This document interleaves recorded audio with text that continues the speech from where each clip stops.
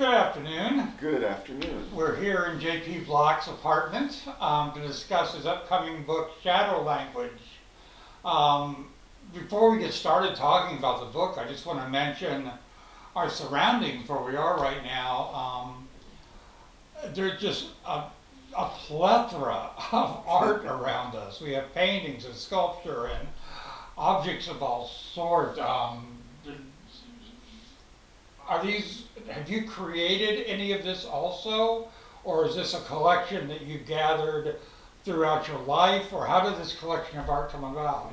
Well, some of it are collection pieces. I did, however, do some of the paintings, and in fact, one of them is right here.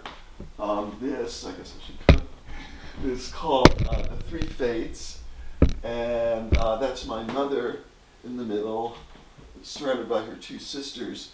And this was not a funeral, although everyone is dressed in black, but their father, who had died many years before, had his grave moved from one cemetery to another. And they had a ceremony to do this. My mother here in the middle had studied to be an opera singer. This is my Aunt Anna, who wore this same dress in many family photographs. I guess it was her one good dress. She had a parakeet in her sun parlor, and she liked to buy those pillow mints and put them into little candy dishes in the living room. And this is my Aunt Mimi, whose lifelong idol was Amelia Earhart. And she always wanted to be like Amelia Earhart. So those are my three fates, and that is the painting. Wow, from aviatrix to opera singing, you've had quite a variety of interests in the women in your family. Yes. I can see how you've got so much interest in so many different things. Well, let's get into Shadow Language. Oh, okay.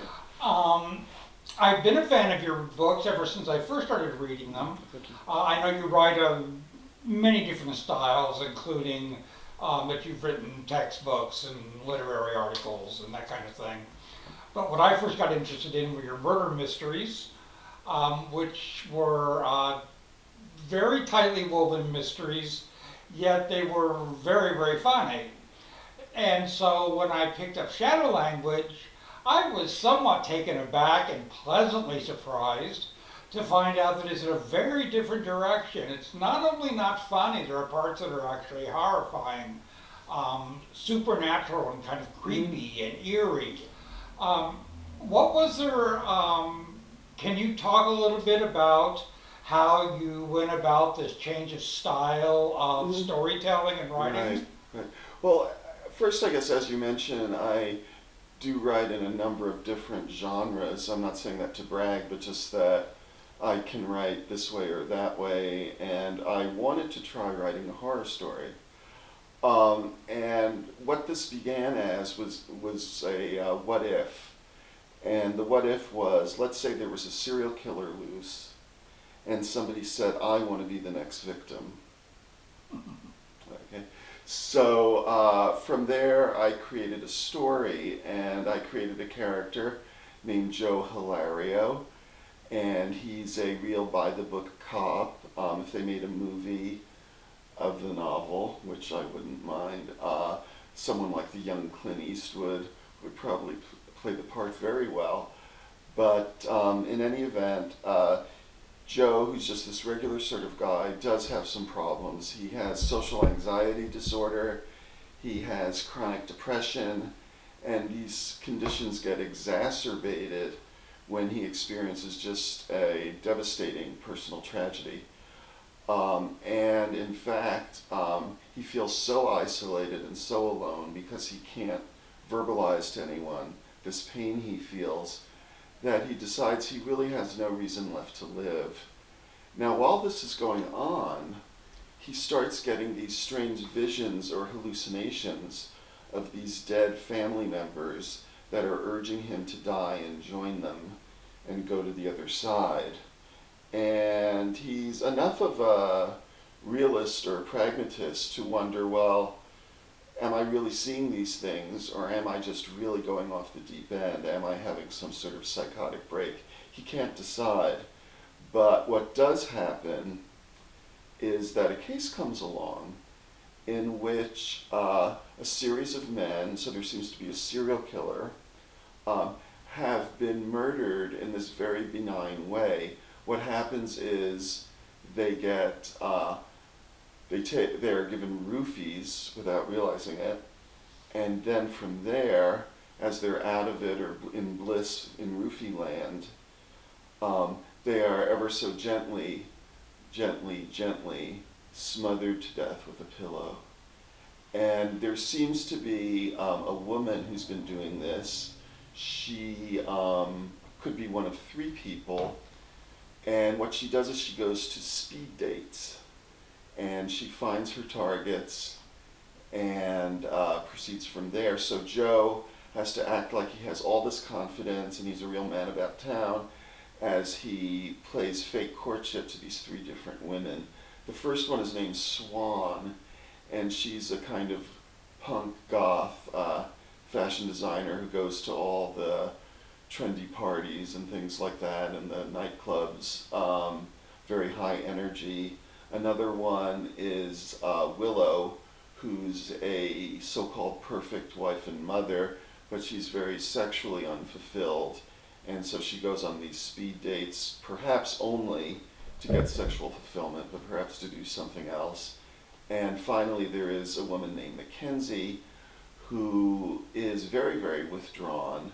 In fact, Joe, someone identifies with her in not a nice way, because he knows inside himself he's a lot like her.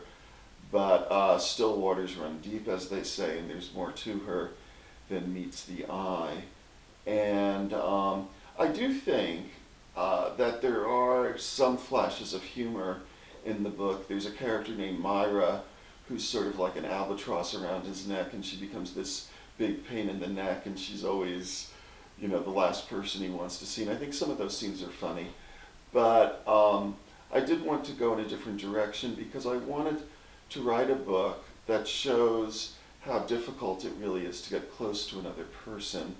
And a whole idea of shadow language, this idea that my shadow talks to your shadow. We don't really connect. You never really know another person, and the best we can do is have these partial understandings. And Joe realizes this, and it makes him very disenchanted. And so he'll be at work, and I'm sure a lot of people can relate to this. You're at work, but your mind is a million miles away. It's someplace else. Your body is there. You're smiling and nodding and saying the things you're supposed to, but you aren't really there. You're someplace else. And so that's sort of what I was trying to get at with this book.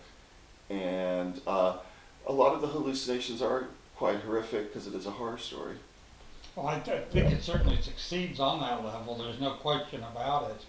One of the things also that was interesting is that Joe is a very by-the-book kind of guy and follows all the rules, and yet in this particular case that you're following in this book, he seems to go out of his way to almost go against what he is supposed to do and works against himself almost, but certainly against the system. So how much of that rebel character is you and how much of that rebel character is what you want to be? Well, I think you'd have to talk to different people to find out how much of a rebel I am. When you write fiction, you do, I think, kind of draw upon things in yourself, even though you change it or it's fiction, it's not fact. But I'll give you an example. I had an office job once that was very tedious. And so right across the street was a donut shop, and I was always offering to go get donuts for everybody, and everybody thought I was being really generous, but actually I just was willing to do anything to break the tedium of being there. And so there, I think there's a bit of rebel in all of us, and people can relate to not wanting to do exactly as they're told. In Joe's case, it makes for an extra layer of suspense because when he meets these women, you don't know if one of them is going to end up trying to kill him, but at the same time, he has to follow the FBI protocol, but he has to find a way to not follow it without getting caught by the FBI for some sort of insubordination or something like that. So there's an extra layer of suspense of not only what is the woman going to do, but what is Joe going to do, given the fact that the FBI is watching him like a hawk. It's just interesting hearing you talk about it because it sounds extremely complicated. But when you're reading it, it doesn't seem complicated at all. It's very simple. Well, listen, our time is up, and I thank you very much for coming. I hope you'll come back and see us again. Sure. And talk about your next book coming out. And best of luck with Shadow Language. I hope everybody gets a copy and has a grand time with it. Thank you, J.P. Block. Thank you.